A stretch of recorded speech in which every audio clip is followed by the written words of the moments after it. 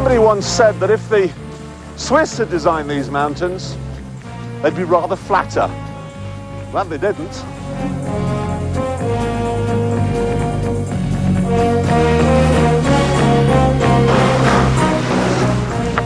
But look, let's not mock. I mean, it is pretty hard to design or particularly invent anything in a country where almost everything is banned.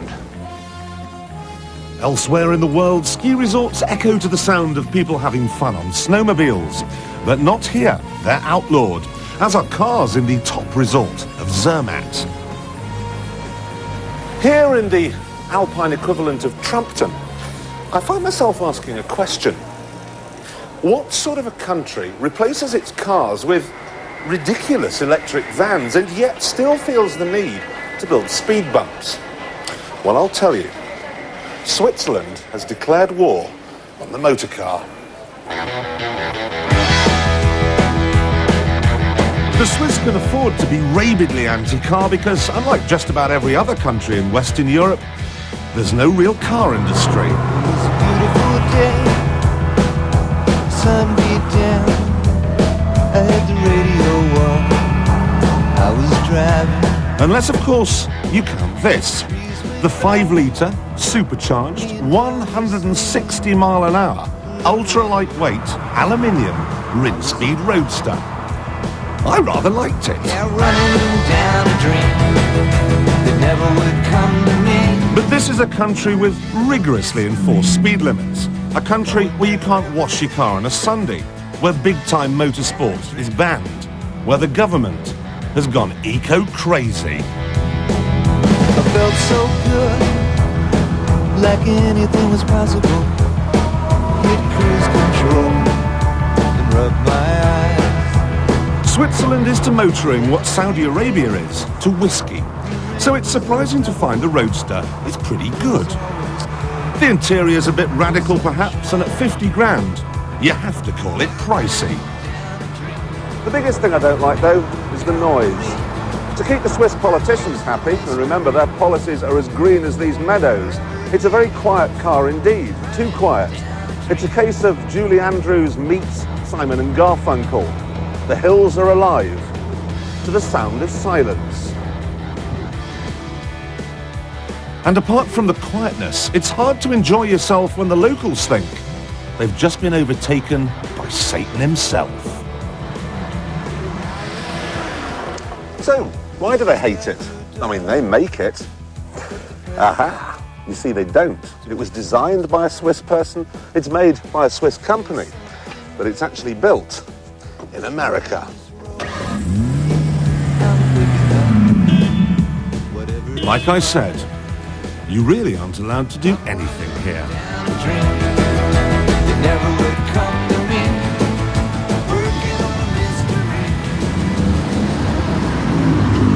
There is a program which is forced or has been suggested mainly by the Greens and by the Socialists that the best way to combat the motor traffic, to reduce the numbers of cars on the road, is to do something about the roads themselves, to make them narrower, to put more obstacles in, and to make it more of a bother for the motorists to use them.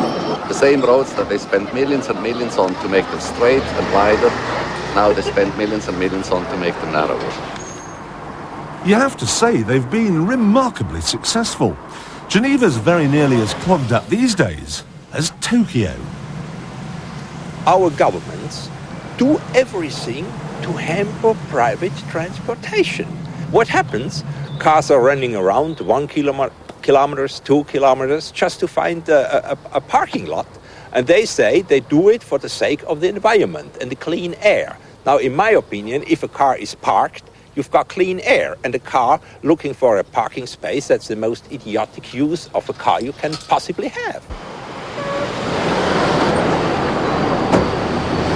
The clever thing about this traffic system in Geneva, where all the cars are squashed into one lane, leaving two free for bicycles and buses, is that we've all got time for a game of chess in between actually moving.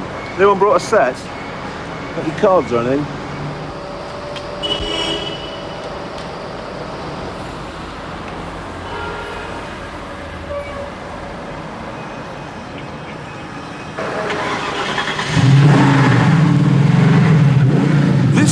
only country I've ever heard of where the population actually voted in a referendum for higher petrol prices. Yeah, go ahead, make it 15 quid a gallon. We sold a lot of chocolate last week.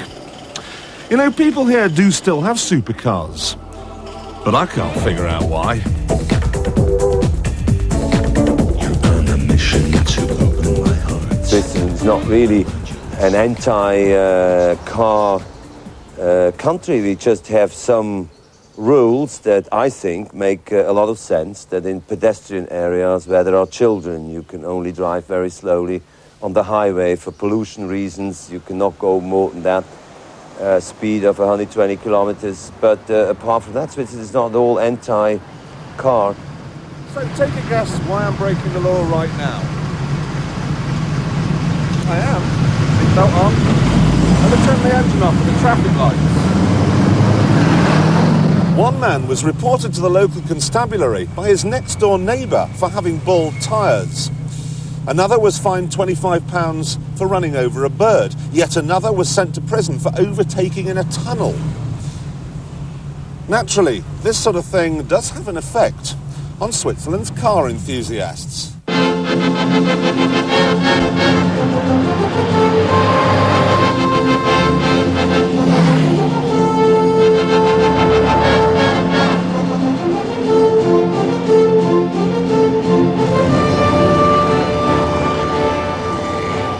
You say this is better than a bike.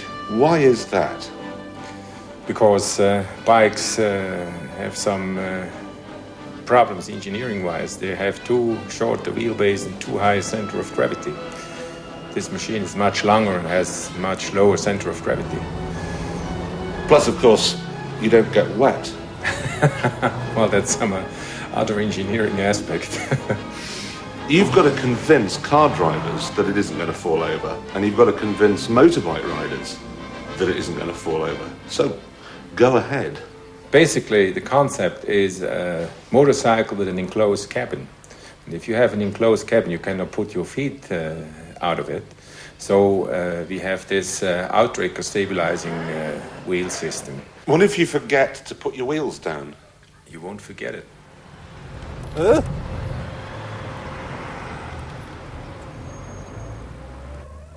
Right, the stabilizers are up, so we're now in bike mode. Well, I was expecting it to be terrifying. It's kind of like sitting in a car. You forget that there's only two wheels propping you up. Oh no, someone's nicked the wings. Ooh. I can't think of anything to say. Oh. At remarkably low speeds without it falling over.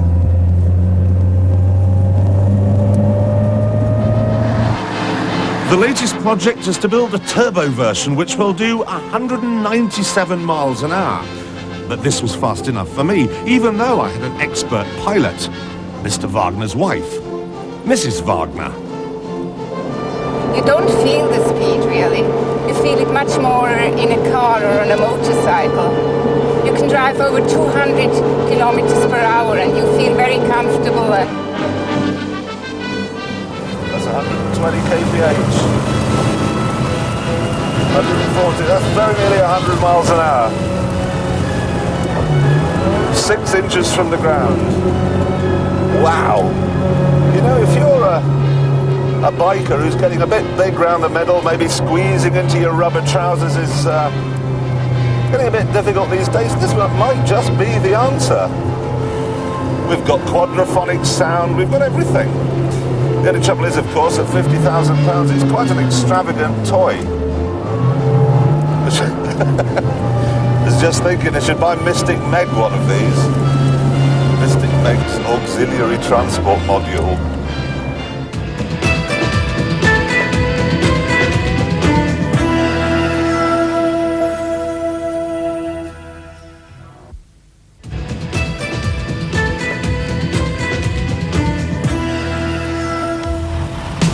Be afraid. Be very afraid.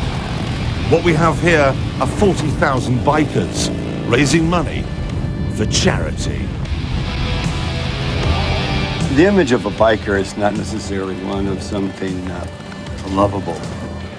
And we do our best to show that we can be very loving in the fact that we raise millions of dollars for muscular dystrophy. And this is the reason for it. Look closely. These guys are drinking orange juice. They really are angels because they've paid £40 to be here on the Love Ride.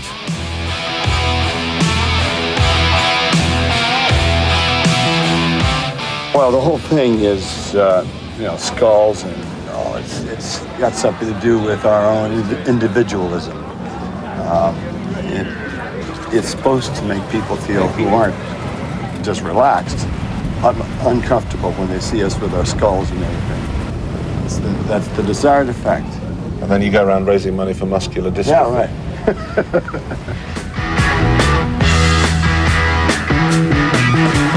Get your motor running.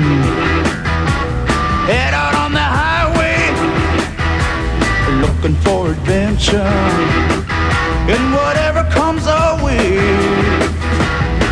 Yeah, darling, go make it happen.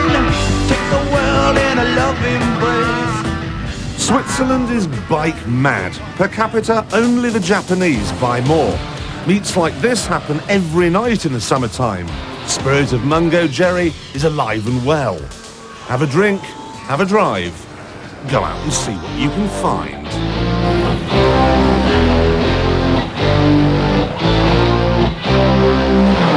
And what you will find is a bunch of tree huggers trying to get you off your bikes and onto the buses. We know that it is not actually the police nor the government that wants us to get rid of our bikes.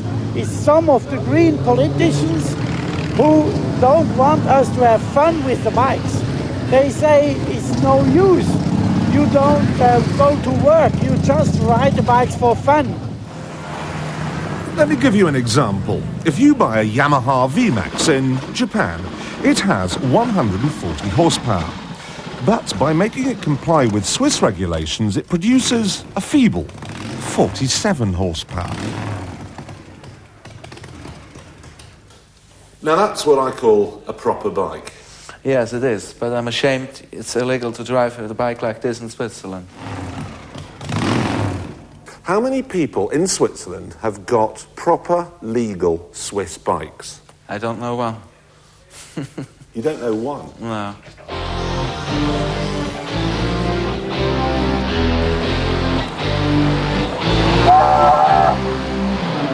You certainly aren't allowed to have a bike that looks like a cow.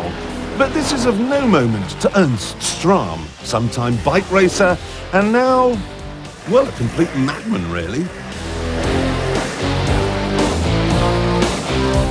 These are some of his past creations, but they're nothing compared to the rat.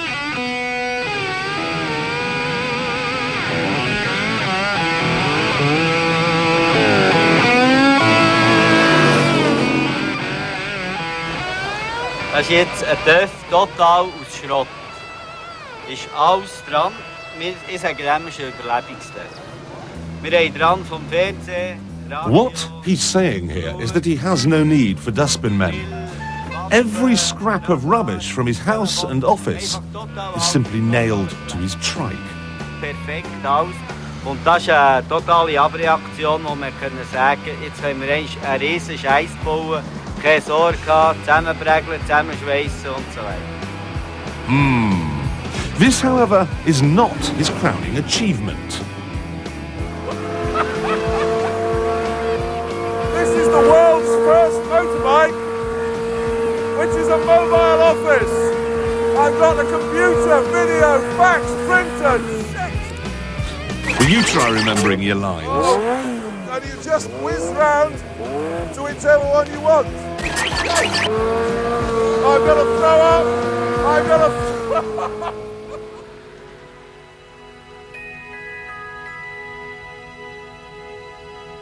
When petrol heads are asked to name a Swiss car, most come up with Monteverdi. Beautiful, isn't it? But, like the Roadster we saw earlier, it's not really all that Swiss. The engine is American, the rear diff is British, the gearbox is German, and it was designed and built in Italy.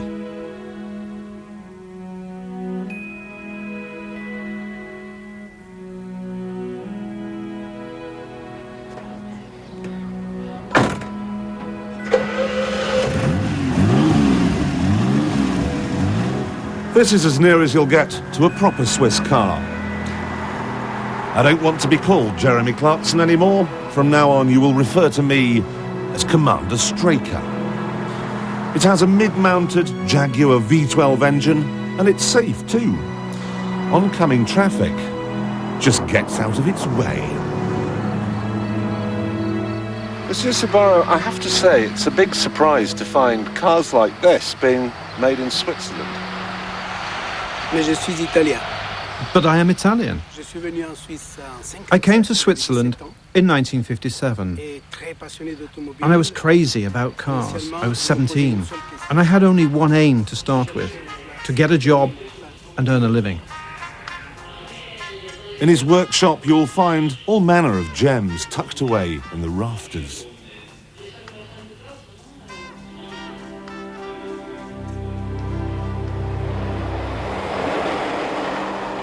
He actually began by making replicas. This wonderful Mercedes was one of the first. Good, innit?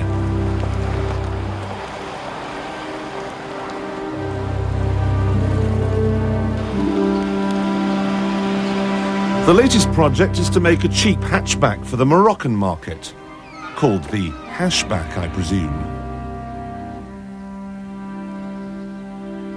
Do you count yourself as being an engineer or a stylist? No, concepteur. No, I'm interested in the whole concept, because you find the quintessence of the craftsman, the engineer, the stylist and the designer, and all that in one. In a car, you've got to be able to capture the psychology of the person behind the wheel.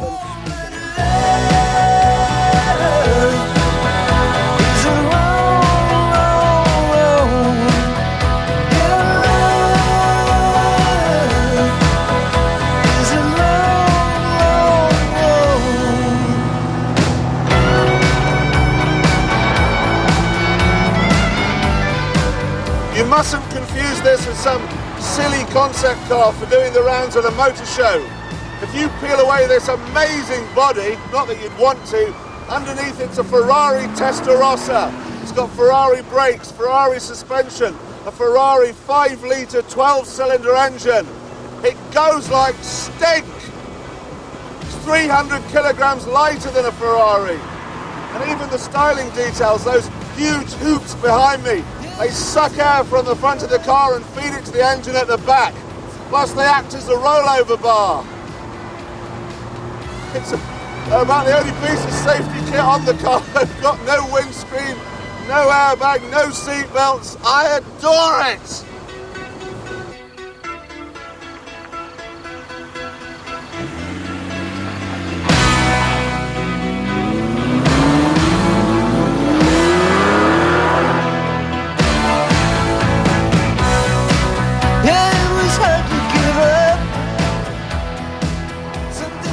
I don't want to appear rude, but how much did it cost? Vraiment difficile. Very difficult. Think of a figure, then double it. For maybe one more chance to try and save my soul. This is living. I feel alive in Switzerland. And that is a rare thing.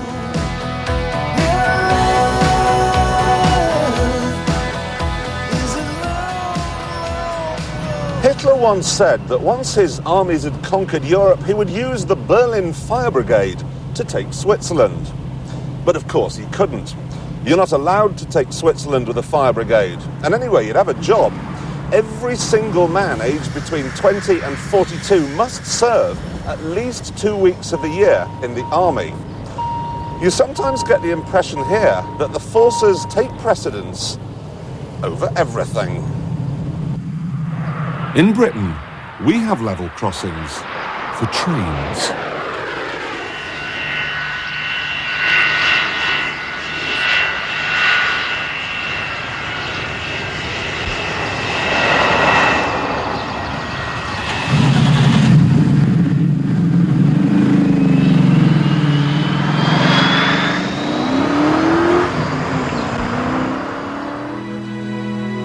Look at this. A perfect summer's day. Top down, spectacular scenery, and a sports car to match. But sadly, you can't buy this car here. Its engine falls foul of just about every piece of legislation in Switzerland's sizable book.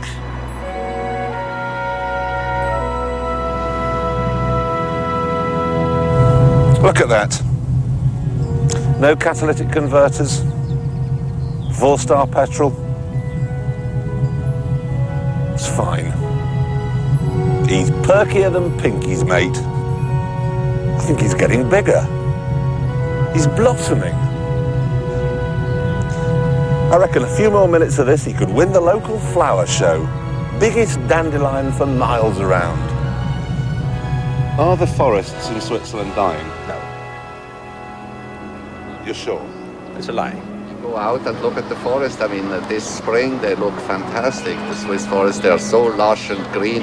There's no forest dying. I read some statistic. Actually, Switzerland today has more wooded area than it had 10 years ago.